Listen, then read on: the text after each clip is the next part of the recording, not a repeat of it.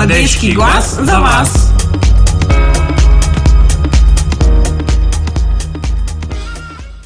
В минутите на рубриката Младежки глас за вас в студиото наши гости са Виктория Панова и София Тодорова. Здравейте, добре дошли!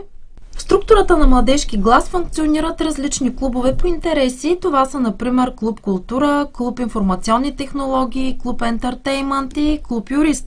Вчера след обяд бе учреден и нов клуб по интереси, именно Клуб Азия, всичко за азиатската култура и изкуство, чийто председател е Вики, а заместник-председател е Софи.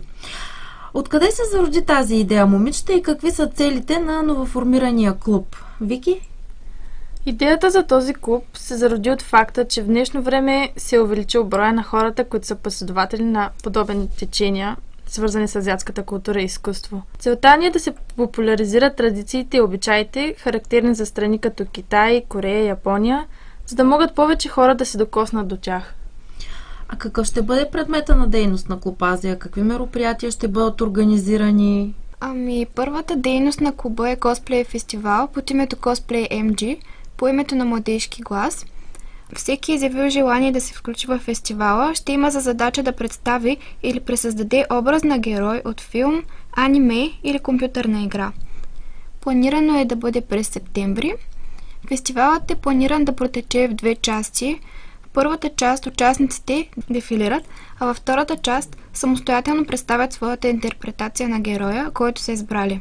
За повече информация, слушателите могат да посетят специално създадения сайт на инициативата cosplaymg.tk.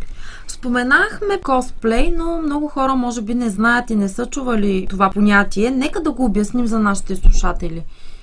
Косплей произлиза от костюмплей или буквално пие с костюми. Целта е да се акцентира върху ролята, която облеклото и грима играят, или представянето на съответният образ. Също така искам да допълня, че в бъдеще в нашия клуб планираме езиково обучение по японски и китайски и още няколко инициативи и ще бъдем активни.